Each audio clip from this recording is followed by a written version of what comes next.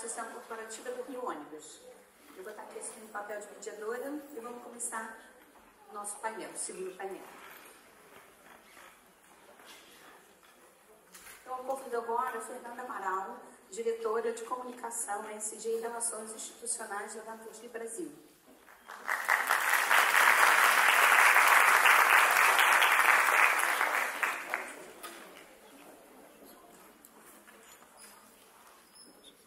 Nossa segunda palestrante é Patrícia Garrido, líder de projetos do Instituto Ethos.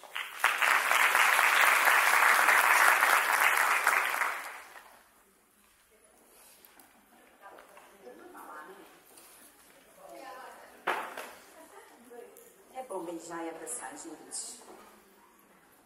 Então vamos continuar, né, com aquele objetivo de estar discutindo um tema tão atual e tão importante, né, para a nossa cidade, para nossas empresas e para o nosso Brasil.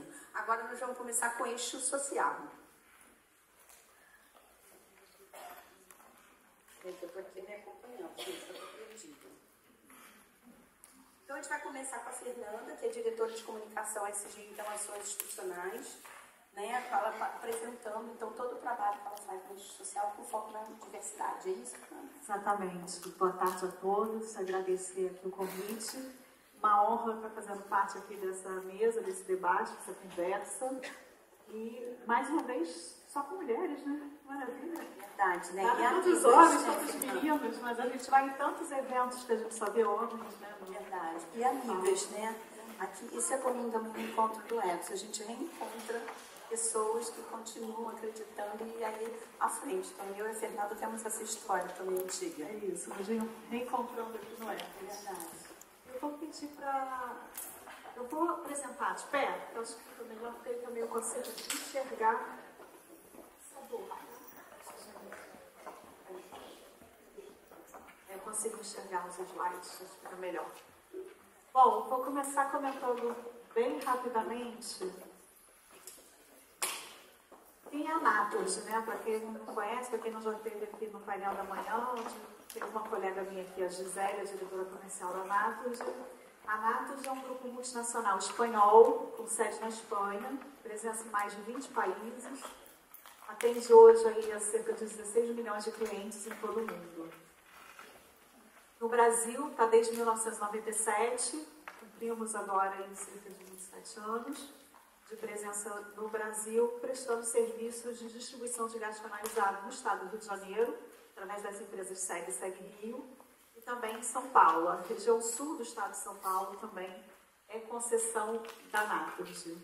Aqui comentar, temos também plantas fotovoltaicas no Piauí e em Minas Gerais, investimento em renováveis aqui no Brasil, né? E obviamente em todo o mundo também, em vários países, um forte desenvolvimento em energias renováveis, que é uma tendência da maior parte dos grupos de energia, né? Não só a Naturgy, como todos os grandes grupos de energia globais estão indo por esse caminho, obviamente, em função da transição energética.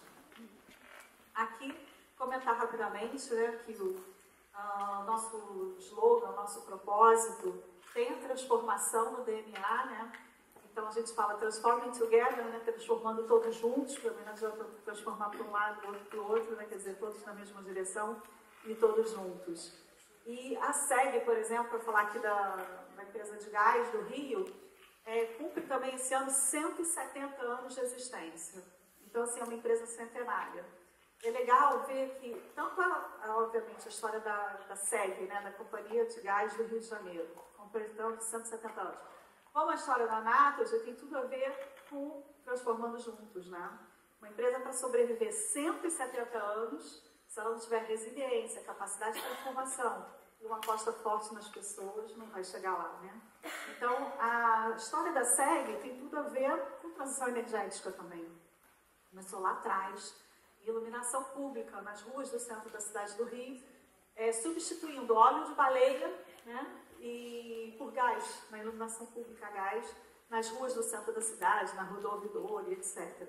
E estamos aí até hoje, atuais e mais atuais do que nunca, né? A transição energética, o gás natural tem um fator importantíssimo, ainda mais no Rio de Janeiro, um grande produtor de gás natural. Então, enquanto as outras tecnologias que estão sendo desenvolvidas, implementadas, não conseguem responder à demanda, à necessidade de demanda, o gás natural vai ter um papel importantíssimo, porque dos combustíveis fósseis, ele é o que tem menor impacto em termos de emissão, né, de carbono. Então, esses são os nossos valores e o nosso propósito. Isso eu já comentei, a nossa presença no Brasil. E aí, comentando também rapidamente, a empresa tem um foco muito grande em qualidade, né? Às vezes a gente vai falar do tripé, né? Do social, do ambiental, da governança, e às vezes a gente foca, né? Como se o social fosse fazer um projeto social para uma determinada comunidade, né? Vai muito além disso. Obviamente, nosso principal propósito é servir, né? Nós somos uma empresa de serviço público. Uma empresa de serviço público, ela tem que ter a qualidade, a segurança e o servir no seu DNA, né, dentro de todos os seus processos. Então, a qualidade para a gente é algo do qual a gente não abre mão, né? Então, a principal forma de servir bem a sociedade, nossa principal vocação social é a entrega do nosso serviço com o máximo de qualidade, segurança e o menor preço possível para a sociedade. E aí, nesse sentido, a gente tem todo um trabalho de qualidade do gás, certificações, operações, controle de fraude, que até foi comentado aqui na abertura, né, pelo Caio, a importância desse combate à fraude, de alguma forma a gente está aí contribuindo também para toda a sociedade. A digitalização dos processos e, obviamente, atendimento ao cliente. A Naturgy se orgulha, se você for lá no site do PROCON, do Tribunal de Justiça, as empresas mais reclamadas, a gente nem aparece, né? Eu acho que eles mostram as primeiras 30 ou 50 empresas, a gente nem está lá, a gente nem sabe em que colocação que a gente estaria. A empresa realmente tem um bom atendimento ao cliente, né? Caso aconteça algum problema, a gente tem esse foco aí em resolver rapidamente. De novo, por que está falando isso se o foco era social, diversidade? A gente acha que tem que falar disso, depois você chega lá em todo o restante, né? E a diversidade, eu acredito nisso, e a diretoria da empresa também, e a presidente, que é uma mulher também, o fato de você ter diversidade te ajuda a alcançar tudo isso tudo. Pelo menos é o que a gente acredita. E as pesquisas cada vez mais têm mostrado a importância da diversidade para você conseguir realmente atingir os objetivos de transformação, de excelência e de qualidade. Falando rapidamente aí sobre o nosso plano de sustentabilidade, de ESG, nosso plano ele tem hoje 6 drivers, 13 linhas de ação e 31 indicadores, né, alinhados às ODS, os Objetivos de Desenvolvimento Sustentável. E quais são esses pilares? Integridade e confiança, oportunidade dos desafios ambientais, experiência do cliente, compromisso, talento, inovação e responsabilidade social. E aí, obviamente, a gente volta para aqueles pilares básicos que eu falei, que é avançar na adoção de uma cultura, né, de ESG, onde tudo isso está interligado, tudo isso é intrínseco, tudo isso é transversal ao negócio. Não existe nada disso isolado. De novo, comentando também o que o Caio apresentou hoje na abertura, né? E dentro do nosso projeto de diversidade, eu costumo dizer que a principal transformação que a empresa promove é simplesmente ela estar presente. E hoje nós somos 70% de mulheres na diretoria. E isso causa um grande incômodo ainda, né? Eu me lembro que quando eu entrei na empresa, a Naturgy, já 14 anos atrás, éramos 3 mulheres e 7 homens. Hoje está invertido, são 7 mulheres e 3 homens. Quando eram 3 mulheres e 7 homens, a gente nunca ouviu nenhum tipo de comentário. Ninguém nunca estranhou. Nossa, 7 homens? Nunca ouvimos isso. E atualmente, aonde a gente chega, todo mundo comenta, chama atenção. E aí, às vezes, até alguns comentários, nossa, uma empresa só de mulheres, né? Só tem mulher na Natus, né? A gente, não, são 7 mulheres e 3 homens, que, aliás, são ótimos. Adoramos trabalhar todos juntos.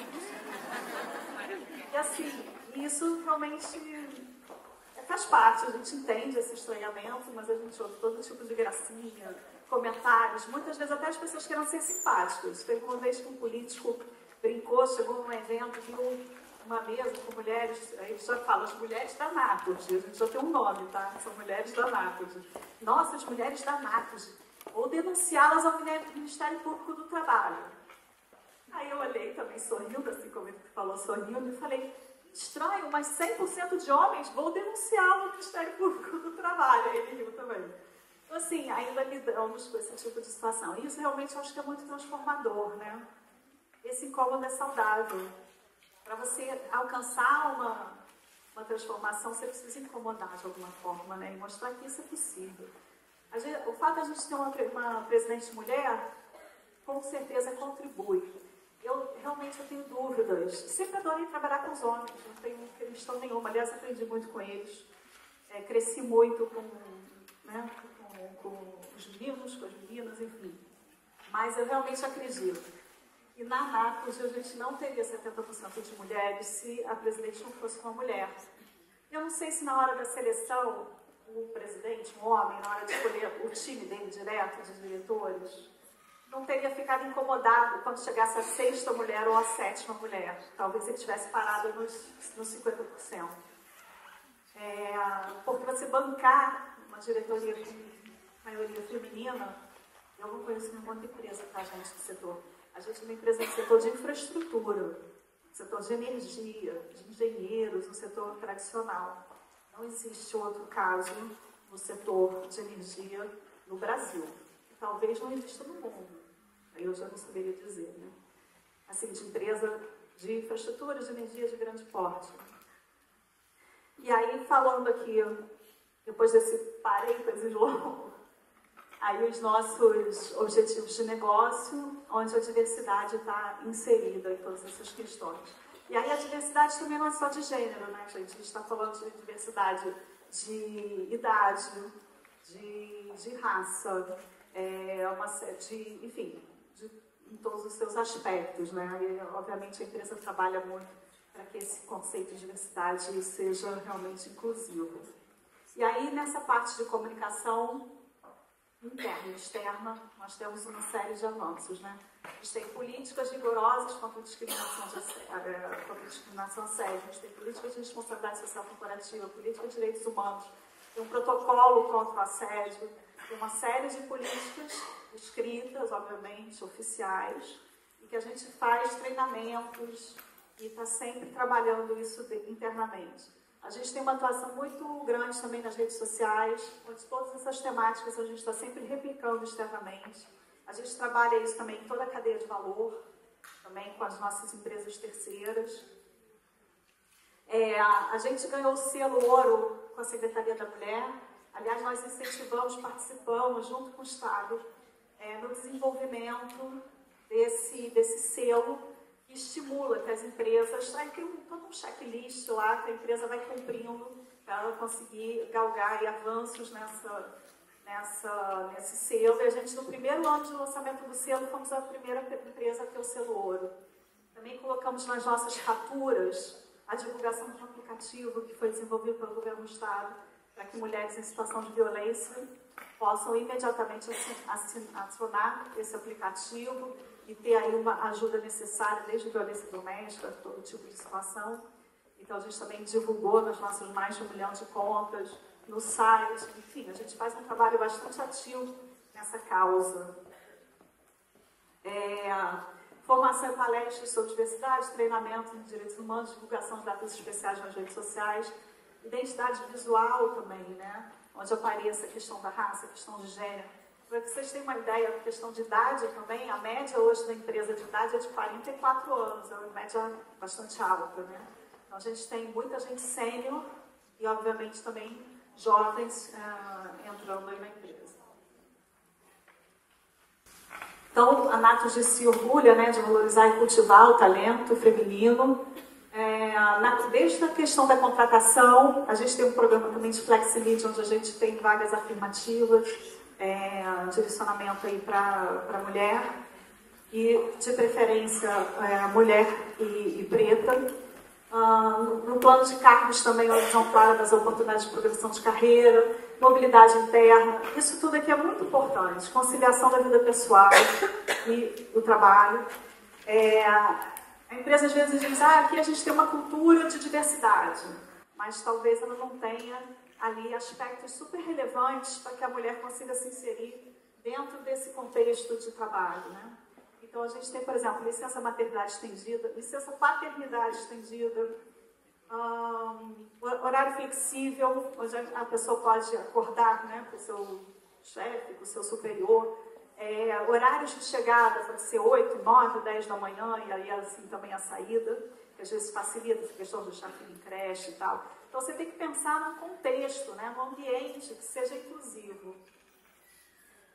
A gente também tem o selo de empresa cidadã e empresa familiarmente responsável, programas de desenvolvimento segmentados, e aí aqui as mulheres, essa informação que eu escrito aqui não é bem isso, as mulheres em geral elas têm um número maior de aulas, de horas de treinamento do que os homens. Isso aqui que é a nossa universidade corporativa que a gente tem, que as mulheres podem entrar lá, você tem um menu, né, um cardápio de cursos, de formações e tal, e as mulheres sempre lá super interessadas. Em média, os homens têm 36 horas de formação opcional, né, dentro dessa universidade, as mulheres têm 48. Por iniciativa própria, né, não orientação da empresa. A Natus, então, trabalha também com iniciativas voltadas, que eu comentei, né, a questão de flexibilidade de um ambiente inclusivo. E aí aqui alguns resultados, né? Hoje a empresa tem 73% de 7 mulheres e 3 homens, na verdade sei que são 11 no comitê, por isso que ali está 73, porque é a presidente, mais 7 diretoras mulheres e 3 homens. 44% de mulheres em cargos gerenciais da Natus são mulheres, 41% no quadro geral e 90% que a gente atingiu no selo Empresa Amiga da Mulher. Em termos de projetos sociais, nós temos várias ações. Eu não vou me alongar nessa parte dos projetos, porque o tempo já está se esgotando, e porque a gente depois vai ter aqui um bate-papo, algumas perguntas, né? Mas o foco principal da Natus e nos seus projetos sociais são projetos focados na educação e nos jovens em situação de vulnerabilidade. Então, a gente tem muitas parcerias com universidades, com a PUC, com a Unilassalle em Niterói, com o Senai, com o Senac, enfim, muito de formação, né? De gasista, gastronomia, enfim, uma série de cursos e formações que vão inserir esses jovens no mercado de trabalho. É um clichê, né, de dar o peixe, ensinar o pescar ao invés de dar o peixe, né? Mas a gente acha que é por aí que a gente consegue realmente contribuir e transformar a sociedade, né? Investindo em educação, formação e geração de emprego e renda. E aí a gente transforma não só a vida desses jovens, mas também das suas famílias. E eles viram um exemplo, né, para os demais e para todo mundo que está ao seu redor, né, de acreditar que é possível fazer diferente, eu consigo chegar lá, eu consigo fazer uma universidade, eu consigo aprender uma profissão, já começar a trabalhar com dignidade. E são cursos que realmente nos orgulham e que são muito bacanas, muito bem estruturados, que realmente são transformadores. A parceria que a gente tem com a Unilassalle, por exemplo, é formação em confeiteiro, qualificação e cozinheiro internacional, gastronomia internacional. E a gente tem jovens aí, só para citar alguns exemplos, né? A gente tem jovens trabalhando no Copacabana Palace, trabalhando no Fazano, trabalhando na Gruta de Santo Antônio, trabalhando, enfim, no Paludo, em grandes restaurantes e em grandes hotéis. Porque realmente hoje, já tem mais de 10 anos que a gente faz essa parceria. Então hoje os restaurantes, os hotéis já vão buscar os jovens lá, porque eles sabem que esses jovens vão ser super bem preparados. É uma formação de 1 ano, diária, com cozinha internacional, todos os equipamentos da melhor qualidade, então realmente transformam. Além de aula de ética, apoio emocional, apoio para a família, uma série de questões que a gente vê que o professor e a universidade, realmente, a vice-reitoria comunitária, cai dentro, ensina e dá todo esse amparo para que esse jovem acredite que ele possa chegar lá e transformar a realidade dele. Bom, esse aqui é um exemplo, né, o nome do curso é Energia do Sabor, da formação.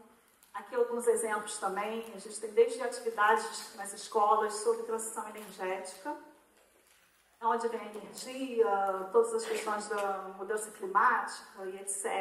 E o professor vai desdobrar tudo aquilo, já formamos mais de 100 mil alunos e professores que vão ser multiplicadores, como também formações diretas, né? Para trabalhar na cadeia de gás, né, na cadeia de valor da empresa, ou no mercado em geral. É isso que eu tinha para comentar. Vou só voltar aqui, não consegui. Não sei se vocês conseguem voltar aí 2 slides, só para ficar aqui o QR Code. Mais um, por favor. Isso, esse. Quem quiser apontar aí o QR Code, espero que esteja funcionando, gente. Se não tiver, vocês me falem, a gente encaminha depois o vídeo.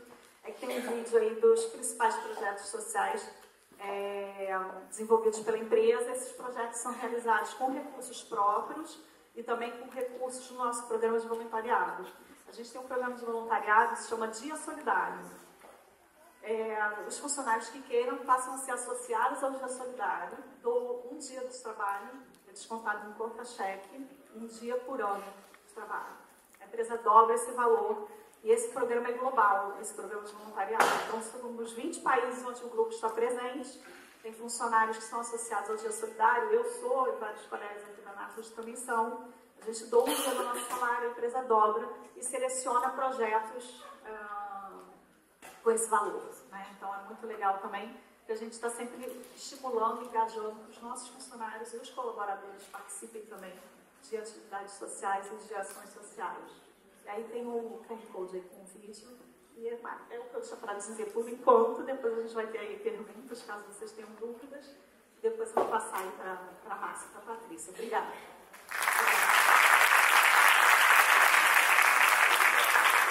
Obrigada, Fernanda, por trazer o que é isso, né? E, de novo, eu que também venho de um sistema, né, que é muito masculino, né? Estou no Rio Ônibus, onde eles congregam 29 empresas do município do Rio de Janeiro, e esse é um desafio, né? Que está envolvendo as mulheres, né? Ainda mais porque a gente vem de uma característica, não, isso é para homem, né?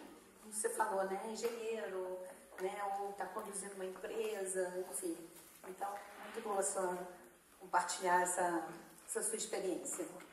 Obrigada. Então, agora a Patrícia, a gente convida a Patrícia para poder apresentar algumas ações, iniciativas do Ethos e trazer um pouquinho sobre a pesquisa, não é isso, Patrícia? É isso mesmo, obrigada, Márcia. Boa tarde a todos, todas. Sou Patrícia Garrido, sou líder de projetos e serviços no Instituto Ethos. Prazer estar aqui, ver tanta gente aqui na audiência. Rapidamente me inscrever, sou uma mulher negra de pele parda, cabelo cacheado, estou com uma blusa florida e uma calça preta.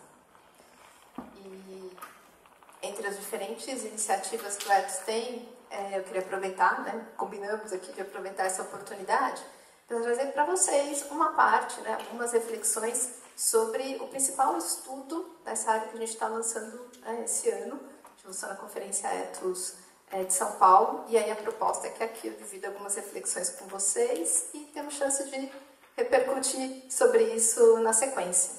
Então, também vou me levantar aqui para fazer a apresentação, poder passar os slides. O estudo é o perfil social, racial e de gênero das 1.100 maiores empresas do Brasil e suas ações afirmativas 2023-2024. Esse estudo é um estudo realizado com as maiores empresas e a gente buscou entender sobre qual é o perfil dos colaboradores dessas empresas. Também perguntar sobre o tipo de ação afirmativa, se havia, que estava sendo utilizada. Um estudo bem interessante, no final eu vou mostrar também o QR Code, vocês podem baixar o estudo inteiro no site do Ethos. Mas a gente descobriu algumas coisas que talvez não surpreenda tanto vocês. E essa é a vantagem da gente vir depois de um case, né? A gente tem o case e depois a gente tem a vida real, vamos dizer assim, ou a média do mercado. E o que a gente observou por essa pesquisa é uma disparidade na representatividade. Então, O que a gente esperava? A gente conseguir que as empresas replicassem o perfil que a gente tem na população. Esse seria o nosso objetivo. E a gente fica bem longe disso. Um dos objetivos do estudo era desdobrar as informações dos colaboradores por nível hierárquico. Porque eu acho que na nossa visão, né, essa é a abordagem que a gente precisa ter. Colocar a lupa, entender como as coisas estão acontecendo, tirar algumas possibilidades de distorção, que às vezes a gente também pode ter em algumas informações. Então, quando a gente fala de disparidade na representatividade, vou mostrar para vocês os principais números da pesquisa. Então, vou começar por aqui. Quando a gente fala de distribuição por gênero nos níveis hierárquicos, a gente tem aqui essa diferença, principalmente aqui, conselho, quadro executivo e gerência, na proporção de homens e mulheres. Congelou aqui. Mas o que a gente tem é uma situação de disparidade muito explícita. A gente esperaria do quê? Metade, mais ou menos, para cada lado? Não é isso que a gente vê. Então, existem sim algumas áreas em que a gente consegue chegar em algo mais próximo do que se esperaria, mas na prática, conforme a gente vai subindo, entre aspas aqui, né, subindo na hierarquia, a gente vai percebendo essa concentração num perfil que é dominante. Isso, a gente tem aquele nome do teto de vidro, a gente tem aqui, na verdade, o degrau quebrado, né, que é essa passagem para as posições de liderança, e essas são as reflexões que a gente busca trazer no estudo também, né? Por quais motivos isso acontece, as escolhas, e aí a Fernanda trouxe vários exemplos, quando a gente fala do perfil da jornada, quando a mulher opta por ter os filhos e não necessariamente consegue um nível de flexibilidade na jornada de trabalho, enfim, todos aqueles aspectos que a gente aqui tem discutido e que as empresas estão cada vez mais se tornando conscientes, o que não quer dizer que a gente já esteja conseguindo evoluir nesses pontos principais. Então, quando a gente fala de gênero, esse é o cenário.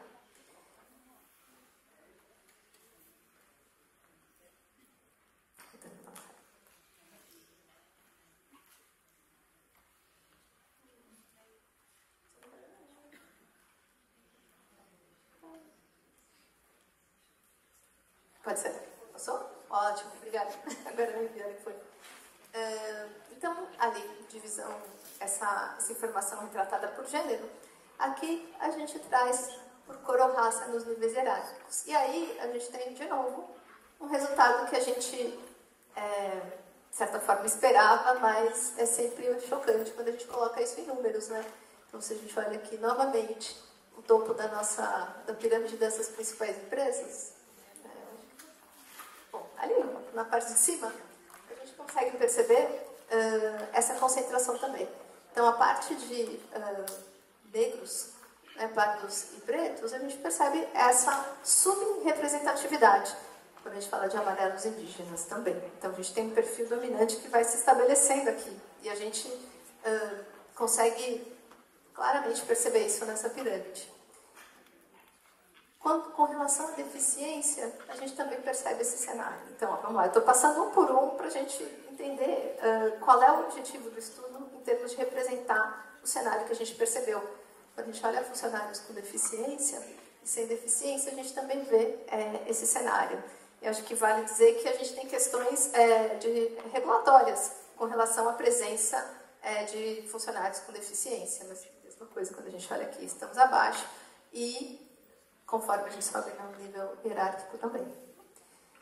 E a questão LGBTI a mais, aqui a questão é um pouco mais crítica ainda, porque mesmo os números que a gente tem não conseguem retratar essa realidade dessas empresas. Por quê?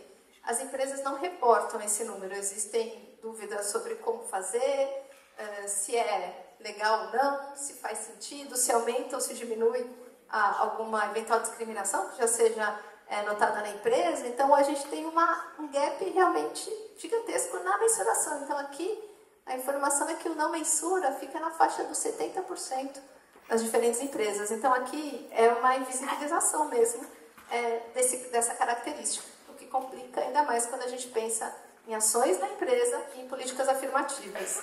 Um cenário bastante crítico. Diante disso, a gente tem o perfil médio, que é o perfil que segue sendo aquele que a gente já veio discutindo aqui há algum tempo, né? uma alta liderança com homens brancos, sem deficiência, 45 anos ou mais, curso superior, pós-graduação, 7 anos na empresa. A média liderança tem um perfil bastante próximo a esse. E nos cargos de entrada é que a gente consegue perceber algumas possibilidades. Surgem os homens negros ali, sem deficiência também, trainees, onde as mulheres começam a ter uma entrada maior, talvez em função até da questão dessa propensão a estudar mais, né? Também vamos discutir por que a gente acha que a gente tem que estudar mais, né? Mas, enfim, é uma característica. E estagiários também.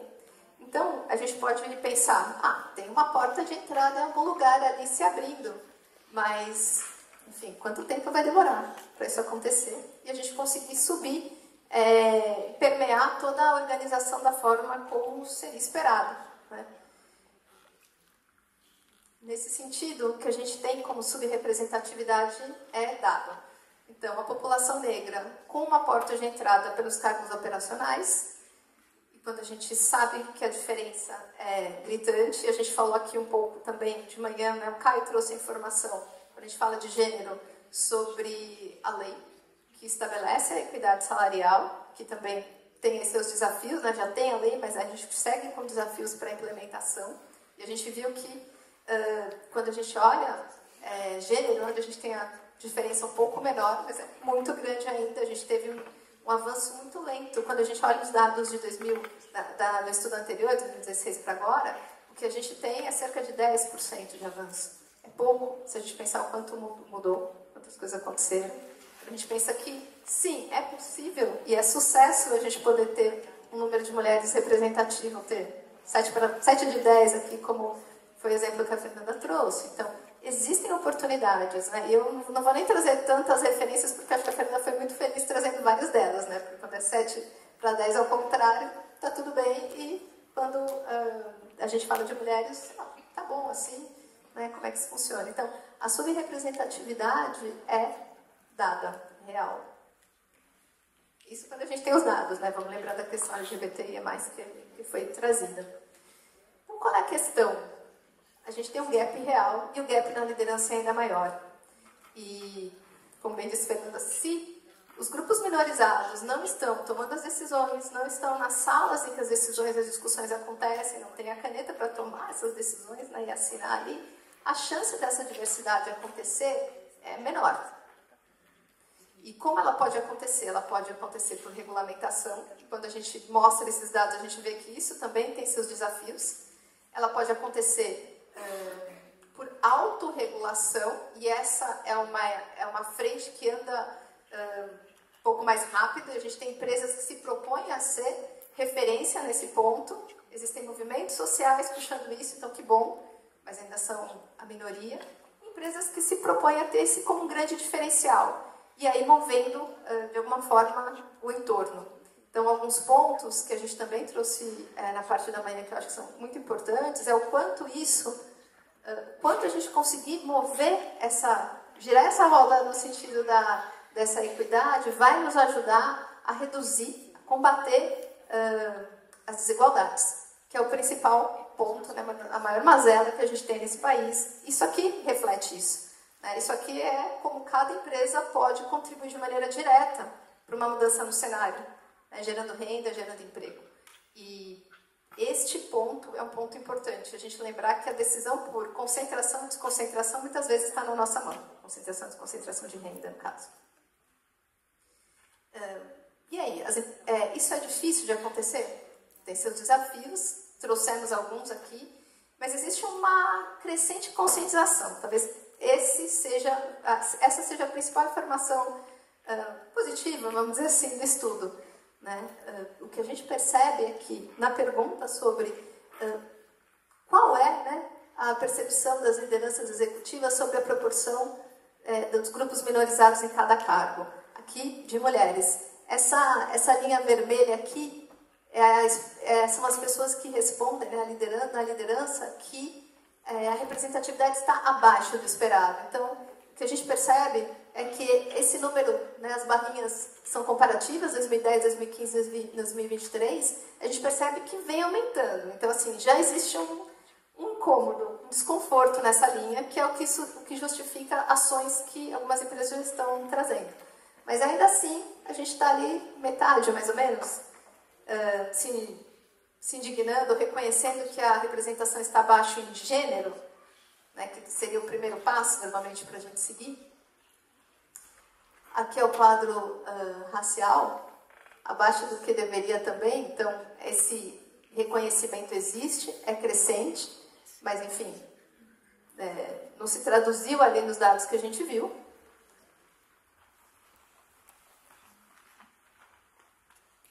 Aqui de deficiência. E ainda mais gritante. Então assim, esse reconhecimento já existe. Um bom primeiro passo. Né, tardio, talvez mais lento do que a gente esperava, mas é um bom primeiro passo. E aqui eu acho que vem novamente aquele ponto sobre o desafio da mensuração, quando a gente fala de LGBTI+, e uma percepção de abaixo do que deveria um pouco menor. Então aqui eu acho que tem uma boa referência para a gente começar um estudo mais aprofundado. Aliás, um desafio para cada empresa, né, entender melhor como seguir nessa frente, né, que acabou sendo demonstrada aqui como a mais invisibilizada ainda de todas. E aqui, quando a gente fala por faixa etária, que é uma discussão que a gente começa a trazer, né, foi citada também pela Fernanda, que é um belo desafio, né? Às vezes a diversidade está nos mais jovens, às vezes a diversidade está nos mais velhos, mas a discussão é que, pela pirâmide etária do Brasil, a gente tem uma grande transformação acontecendo agora, e a gente tem diferentes gerações convivendo no ambiente de trabalho, o que aumenta o desafio da inclusão em todos esses aspectos. Também falamos um pouco disso antes, né? O potencial de polarização que acaba acontecendo quando a gente traz esse tipo de pauta de maneira geral. Então, mais um elemento importante para a gente levar em consideração, porque o desafio não é apenas de trazer as pessoas, né? Esse desafio passa por cultura, passa por acolhimento e passa por essa construção conjunta da melhor forma trabalhar, de buscar os resultados como um grupo, né, como um coletivo.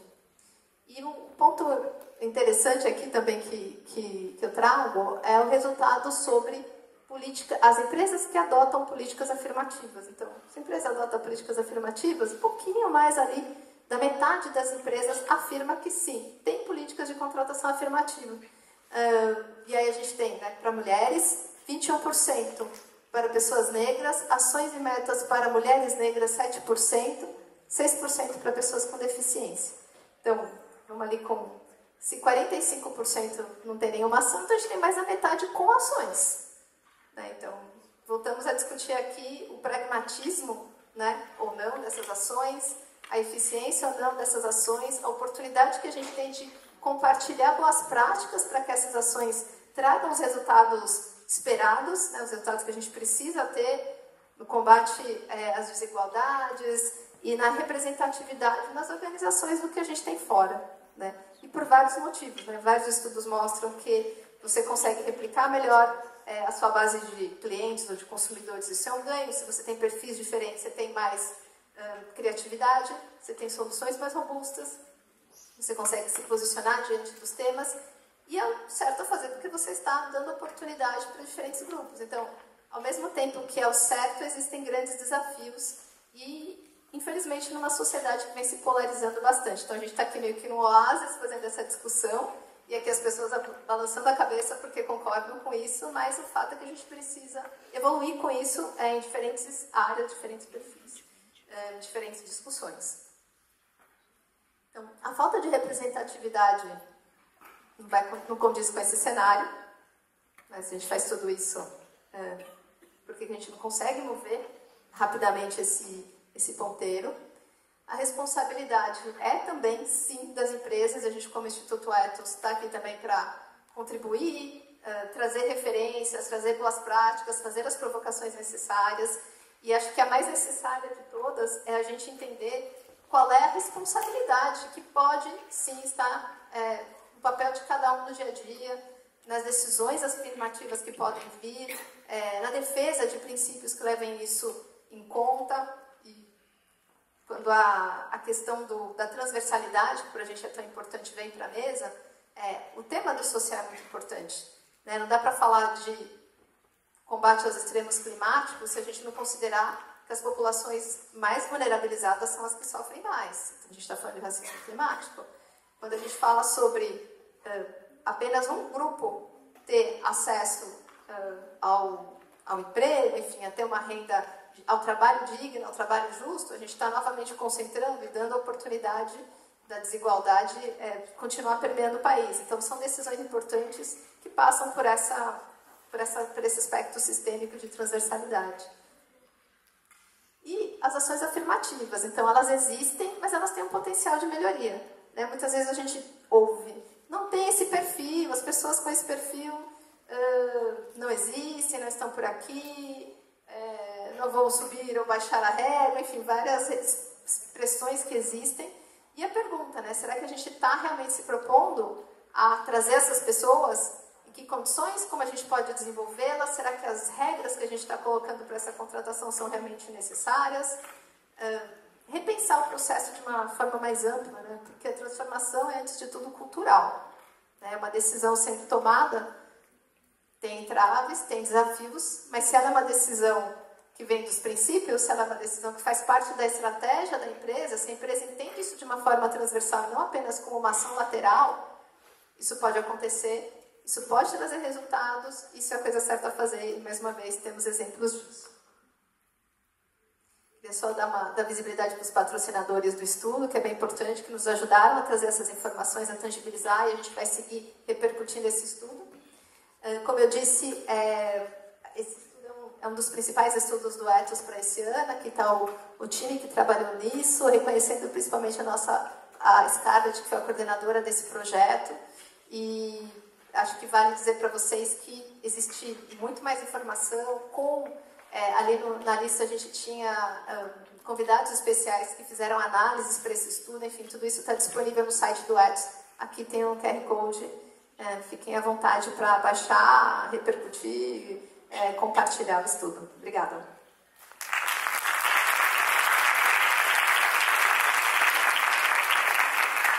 Obrigada, Patrícia. Então, fica aí a dica, gente. A gente sabe que é um grande desafio, a gente está falando de uma mudança de cultura, né, do refletir, do que a gente pode abrir mão, de que forma, qual o caminho que a gente vai construir. Né? E nada melhor do que eventos como esse para a gente conhecer, trocar. Então aproveitem isso. E uma grande pesquisa aí, né, que tem números, informações, as empresas querem isso, precisam disso para a sua tomada de decisão. Ontem lá no Rio Ônibus aconteceu uma reunião com o Caio, e uma das coisas que a gente destacou muito era a importância de ter dados, as empresas terem esses dados.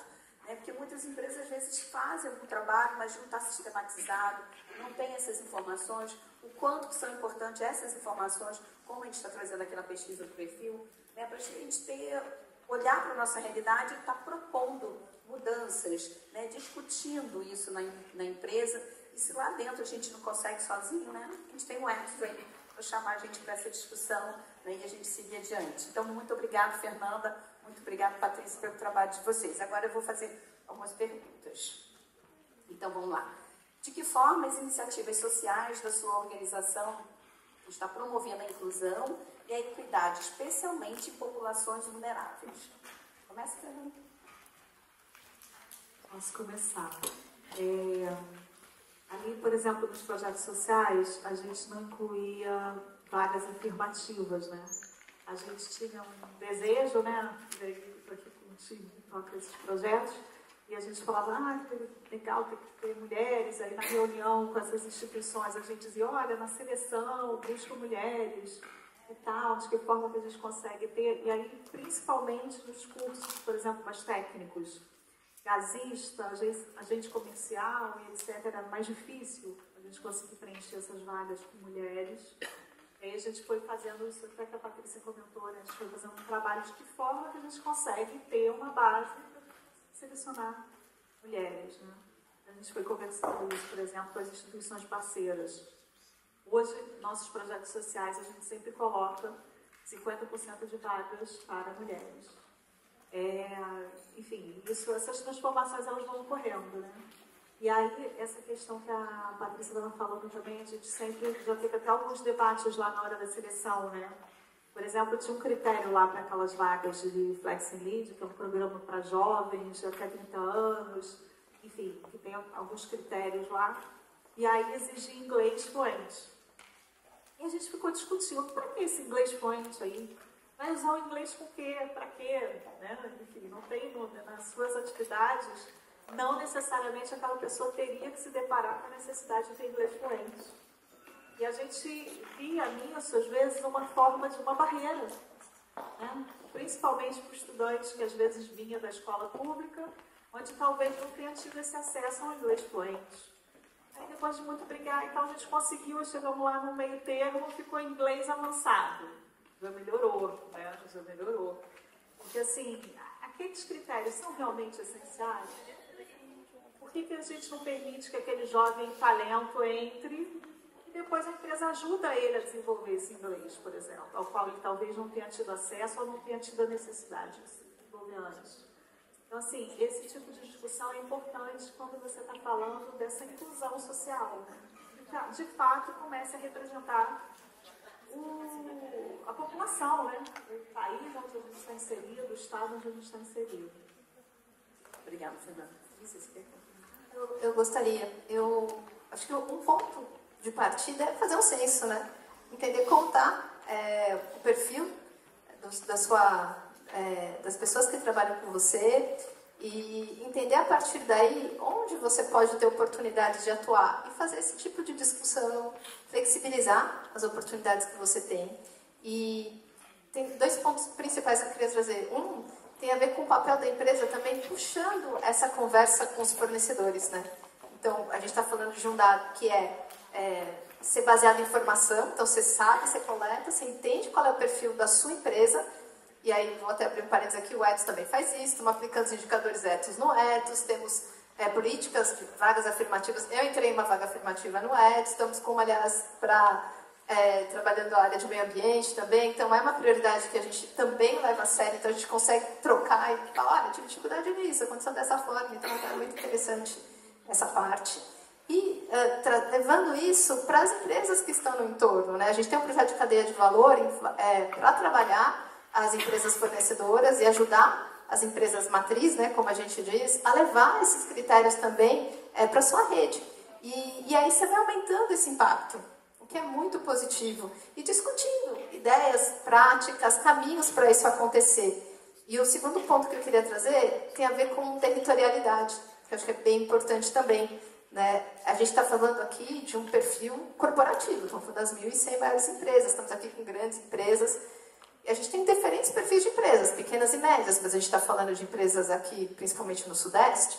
Como é que isso funciona quando a gente está na região Nordeste, quando a gente está na região Norte, na região Sul? Então, como essa transversalidade é importante, como um aspecto impacta no outro, a questão de territorialidade é bem importante. Entender quais são os principais desafios ali, assim como a gente fala do censo, a gente fala de uma matriz de risco, quando a gente fala de materialidade, o território é importante. E eu trago esse como exemplo porque o principal, né, o Ethos avalia, estuda, articula com as empresas, articula com o governo em termos de políticas públicas, desenvolve compromissos, né, para a sociedade, para as empresas. Então, esse entendimento um pouco mais amplo faz parte do que a gente tem como referência e como DNA. É a forma como a gente consegue contribuir para essa transformação.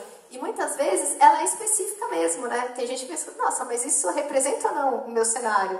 Com dados, vamos ver se representa? Vamos ver qual é o desafio que você tem de maneira mais específica? Essa possibilidade de entender cenário, entender que é diferente, ajuda a gente a mover, porque cada empresa vai ter ali seus desafios, algumas já estão mais à frente, algumas já têm uma CEO mulher, outras não, enfim. Como é que a gente evolui? Mas evolui de maneira articulada, evolui com um objetivo sistêmico maior. E essa acho que é a grande pauta do Ethos, e esse é o tema que nos leva a falar também da parte toda do social conectada com uma questão mais ampla, seja de integridade, seja de meio ambiente também. Eu queria só fazer um adendo aqui. A gente aplicou, enfim, a área de recursos humanos fez um censo, né?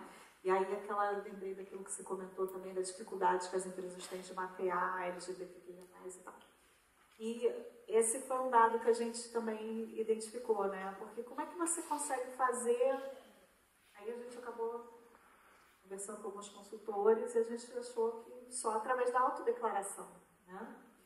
E a gente notou que não necessariamente essa autodeclaração refletia a realidade. E tudo bem, cada um coloca lá o que achar que tem que colocar, né? E algumas questões até são mais amplas, né? Como é que eu me vejo?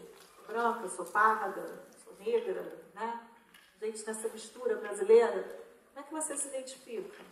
Então tem toda uma questão pessoal, mas que faz parte também da cultura da empresa. Quanto que a gente trabalhou todas essas questões, essas reflexões, esses pensamentos, para que esse senso possa refletir ao máximo possível a realidade. Será que essa pessoa vai achar que pode ser alvo de algum tipo de discriminação, a sua declaração, seja ela qual for, né? Enfim, então, são questões aí que você tem que também preparar a empresa para que esse senso seja efetivo, né? E é uma caminhada, né? É uma caminhada, até porque a empresa é um microcosmos da sociedade, né? Também não vai descolar totalmente. E aí o desafio é como é que você vai cuidando desse campo menor, né? E um ponto importante é esse, né? Mesmo quando a gente fala das 1.100, precisa trazer as pessoas para dentro da empresa, trazer e incluir, né? Trazer e acolher, trazer e desenvolver. Então, trazer e construir um ambiente psicologicamente seguro, um ambiente em que as pessoas possam ser quem elas são, trazer o melhor delas. E essa é uma questão cultural, mas é uma questão de performance também, né? Porque a gente fala muito sobre as pessoas conseguirem estar engajadas, trazerem o seu melhor, serem protagonistas, liderarem. Como é que você vai fazer isso se a sua identidade está pela metade? Né? E quantos casos a gente ouve nessas conversas de pessoas que vão ganhando a sua própria consciência, se racializando ou se sentindo à vontade para dizer que elas são quando elas não estão no trabalho, em função de um exercício como esse, né? De voltar, entender qual é a cultura, entender se tem esse espaço, um programa de letramento, enfim, essa também é uma contribuição grande, né? Para as pessoas que estão ali no dia a dia. Com certeza, muito bom assim, nosso diálogo aqui, né? Então, é isso, o desafio é grande, mas é possível a gente encontrar os caminhos, né? Então tá aí a troca, gente. Então agora a gente vai abrir para a plateia, né? Não sei se vocês querem participar, fazer alguma pergunta. Boa tarde, meu nome é Michele, a minha pergunta é para a Fernanda. Depois das ações, dos cases que você citou, a gente acaba tendo aí um percentual de vagas afirmativas. Eu consigo bater a meta de 50% de mulheres dentro de uma empresa. E quando a gente coloca esses 50%, o que a gente vai fazer a mais para essas mulheres? Porque a partir do momento que elas entram, eu também preciso entender o aspecto que ela tem de oportunidade. Eu fui mãe solo até o meu filho mais velho ter 7 anos, onde eu tive que parar estudo, sem rede de apoio. Então é uma pausa muito grande que a gente precisa dar, porque a gente não tem tempo para estudar, a gente é sozinha. Não adianta só a gente colocar essas mulheres para dentro da empresa se a gente não tiver um olhar diferenciado de como ajudar essa mulher dentro dessa empresa a crescer, a trabalhar. Eu queria que você falasse mais um pouquinho dessas ações que vocês fazem para a mulher já dentro da empresa, tendo essas peculiaridades.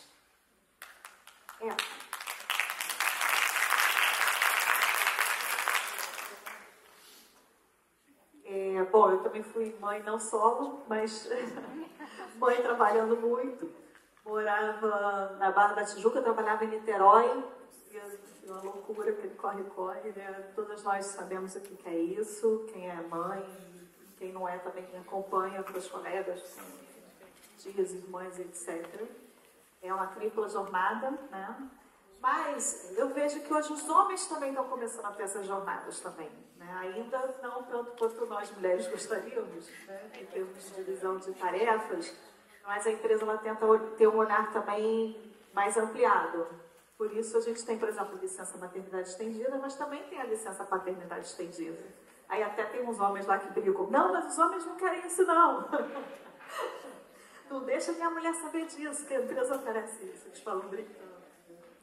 mas ainda tem esse tipo de brincadeira, que eu acho que retrata muito da nossa sociedade, né? Essas piadas, essas brincadeiras e tal. O brasileiro tinha esse jeito assim, brincalhão, de falar um pouco as verdades, né? Através do humor. E a empresa oferece também várias formas de flexibilidade, tanto para mulheres quanto para homens. Então, a gente tem, por exemplo, jornada híbrida, 2 dias de home office. A gente tem um horário flexível de entrada e saída. Nós tentamos ter um olhar mais humano para questões que possam ocorrer na vida das pessoas. A gente tem um programa de segurança e saúde e bem-estar muito desenvolvido. A gente tem e que estende também para as empresas parceiras, para as empresas terceiras, para garantir a segurança, a saúde das pessoas. A gente tem um serviço de apoio psicológico que a gente implementou até na época da pandemia, mas acabou que não ficou, não retiramos. Que é um serviço de apoio psicológico virtual, né, com psicólogos e tal, e que a pessoa, mulheres e homens, inclusive familiares, extensivo aos familiares também. Os familiares também podem usar esse serviço psicológico. Toda a discussão que veio aí desde a época da pandemia, né, de equilíbrio psicológico, das questões da saúde mental, cada dia mais importante nas empresas. Então, a gente tenta ter um equilíbrio. E aí vale para os homens também, né? Também muito estressados, com várias questões, até para que eles possam ter mais tempo também para se dedicar à família, que é um desejo de muitos deles, né? Apesar de todas as brincadeiras aí que a gente falou aqui antes. Isso eu te respondi, mas a gente tenta ter esse olhar mais humano sobre os colaboradores em geral. E aí, obviamente, com essa questão feminina inserida também, da questão dos portadores de necessidades especiais. Patrícia. Boa tarde, eu sou a Aline, eu sou do SESC Rio. É muito deprimente, né, Patrícia? Fala a verdade. É triste, né? Dói. Aí quando a gente vê as notícias que falam que a gente vai levar mais de 130 anos para conseguir essa equiparidade, dói mais ainda. Mas, assim, tem uma ponta de esperança quando a gente vê quem está do seu lado, né? Que o caso da Naturgy, que é lindo, assim, é muito inspirador. A gente vê de verdade na ponta, assim, como cliente. Eu, particularmente, sou fã da empresa, assim, nunca tenho problema. E é reflexo, talvez, disso tudo que vocês vivem internamente, né?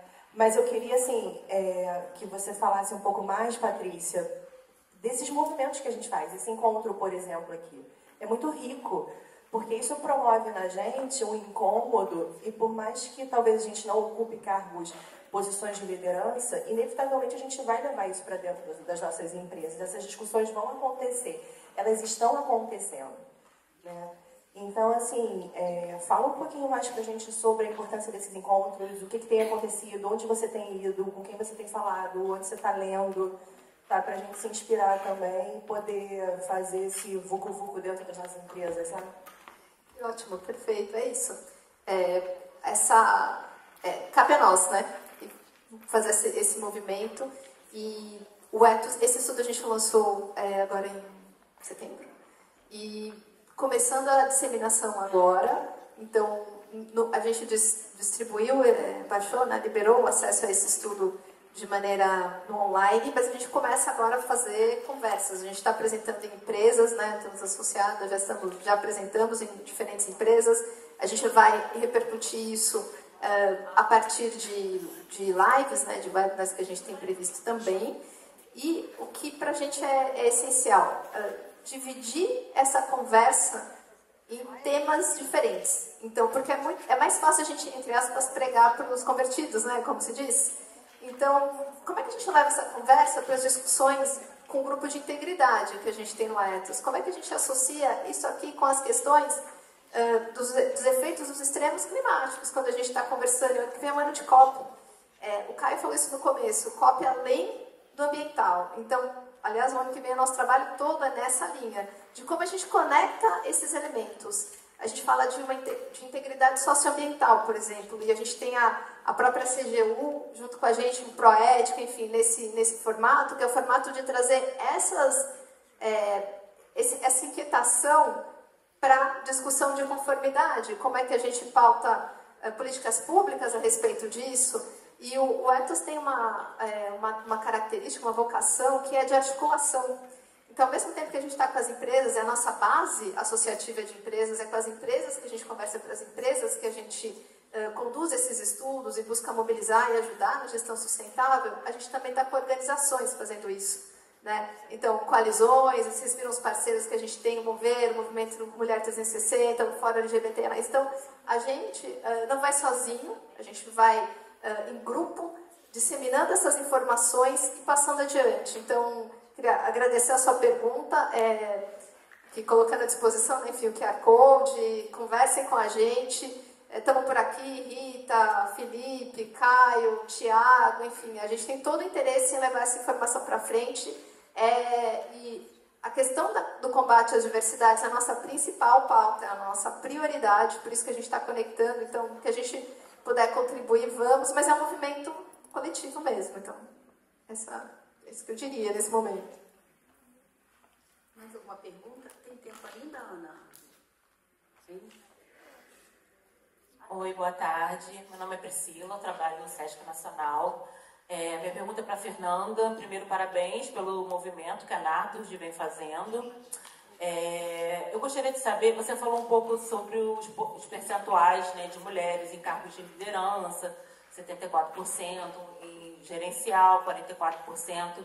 Eu queria saber se nesse percentual estão contempladas mulheres negras, PCDs, indígenas, trans, e se não, qual o movimento que vocês estão fazendo, se vocês têm algum plano de ação para contemplar essas pessoas? Obrigada aí pela pergunta e pela parabenização. E aí, só comentar, né, que lá na empresa a gente tem o que a gente chama dos gasossauros. Gasossauros é o pessoal, assim, das antigas. Que o pessoal jovem chama de gasossauros. E com certeza esse resultado aí de qualidade e tudo isso é resultado também desse mix de idade, né? Que a gente acha que essas pessoas mais sêniores, que têm muito conhecimento, principalmente no nosso negócio, né, que é gás, infraestrutura, onde exige aí muita responsabilidade e seriedade, né, nesse sentido assim, de conhecer os ativos e tudo isso para evitar acidentes e todas essas questões. Então a gente leva tudo isso muito a sério. E esse mix de idade é uma troca muito rica, muito bacana. Dito isso, sim, contempla a questão da raça, também PCDs. PCD, hoje a gente está cumprindo a legislação. A gente tem 3% do quadro de funcionários de pessoas com deficiência. A questão da raça é um tema que a gente tem que evoluir mais. Hoje a gente tem cerca de 34%, se eu não me engano, de pessoas autodeclaradas pretas. Lembrando, isso é o censo, né? Então é autodeclaração. Mas é um tema que a gente ainda tem que evoluir.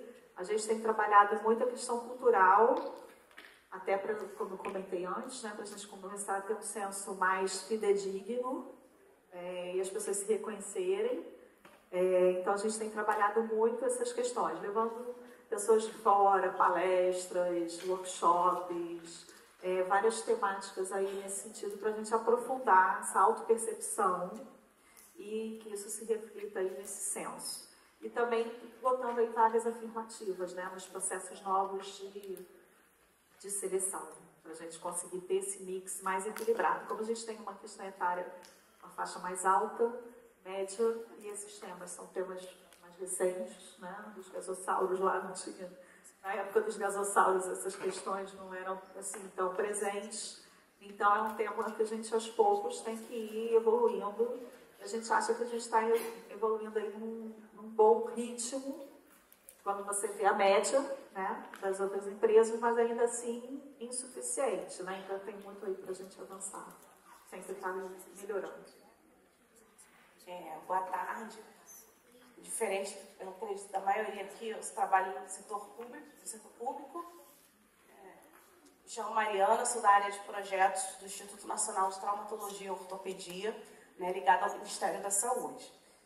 E aí eu fiquei com uma dúvida em relação a como vocês fazem, né, as empresas, de como o Instituto Ethos também trabalha isso, na questão do preconceito. Porque, assim, quando a gente vai discutir a questão da diversidade, né? Uma coisa a gente falar no momento da seleção. Eu já sei, entendi que, né, no nosso caso de serviço público você tem a cota. Então, você vai lá, faz o edital, você bota a questão da cota.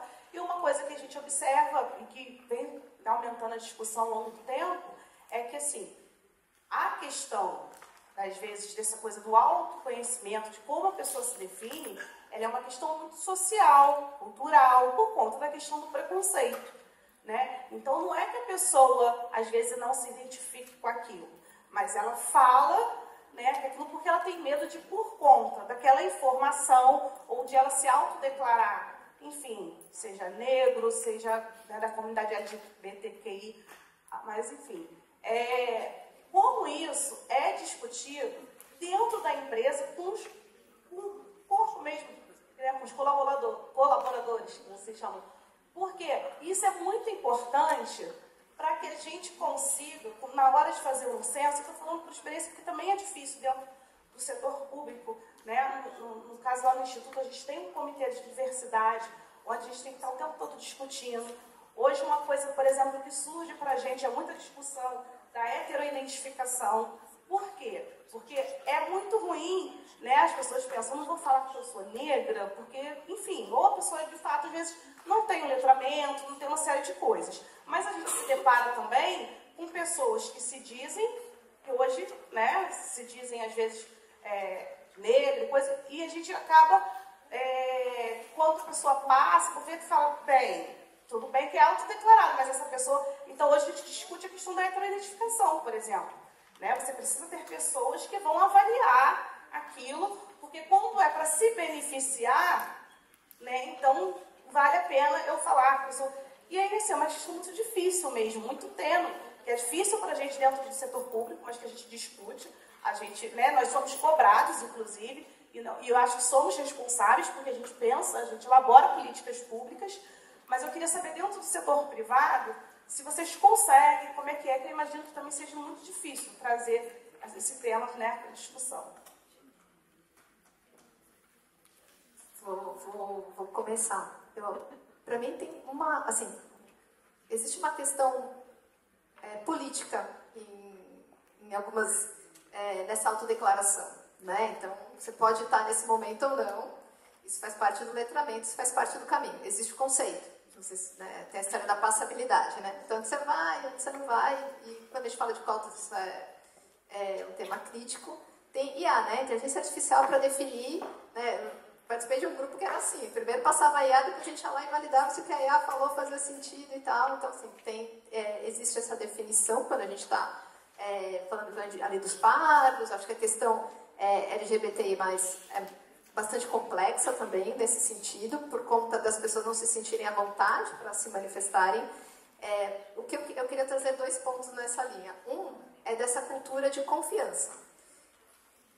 Um time é composto por confiança. Se as pessoas não confiam umas nas outras, elas não vão trazer um resultado, que é o que a empresa precisa, elas não vão interagir da forma necessária para conseguir chegar onde tem que chegar, elas não vão ter iniciativa, eu falei de autonomia ou protagonismo, ou use o nome que quiser, para resolver os problemas que surgem no dia a dia, elas vão se dedicar àquilo. Então, colaboração, a base da colaboração é a confiança. Se você não confia no ambiente que você está, se você não consegue se sentir acolhido, aceito no ambiente que você está, você não vai trazer o seu melhor, isso vai ser um problema. Então, para mim, essas coisas estão muito juntas. É difícil como... eu acho que quando tem um caminho que é da legislação, aí depois você dá uns passinhos, você tem inclusão, porque é o certo, mas aqui no meio do caminho você tem... É o melhor a fazer, você traz resultado, é eficiente. Então, se você não chega... Se isso não te convence, né? Tem outros argumentos aqui nessa história. Então, para mim, nas discussões que a gente tem, nos estudos, a transformação precisa ser cultural. A empresa tem seus desafios porque microcosmo da sociedade, mas a gente tem uma questão super importante, que é o meu segundo ponto aqui, polarização. Isso atrapalha demais, assim. Ou eu tô ou eu não tô, ou é ou não é, sou contra ou sou a favor. Não é sobre isso, né? Nós contra eles. Como é que a gente vai estar aliados desse jeito? Como é que a gente vai mover a empresa inteira? Né? Porque o objetivo não é que a minoria que ela é super minorizada, né? Minoria lá dentro, mas um grupo que é maior e que é minorizado, não vai conseguir mover isso sozinho. Onde ele está? Não vai conseguir mover isso. A gente precisa de aliados, a gente precisa trazer todo mundo para a conversa. Por isso que é cultural. Enquanto a gente não conseguir abarcar todo mundo nessa conversa, a gente vai ficar patinando nessa questão. Então, por isso que inclusão é a representatividade, a diversidade lá, mas a inclusão é o desenvolvimento, né? Acho que a Fernanda deu um exemplo aqui atrás, depois a gente vê como isso funciona, e a gente ir junto, não dá para excluir. Né? Então, cancelamento não vai ajudar a gente a mover. Né? Se posicionar contra o outro grupo não vai ajudar a gente a mover. Por isso que a articulação é o principal, pensar em políticas públicas, mostrar para as empresas as boas práticas, mostrar que faz sentido, mostrar que traz resultado. Isso é o melhor que a gente pode fazer nesse momento. Né? E é um movimento coletivo. Então, acho que esses para mim são os 2 principais pontos. Obrigada, Patrícia. Gente, acho que chegou a nossa hora. Né? Então, acho que foi bem rico esse painel social, né? Então, vamos ficar com esse recado da questão da integridade, né? Se discute muito a questão de governança, daqui a pouco a gente vai ter outro painel, mas incluam nessa questão, nessa discussão, o eixo social e ambiental.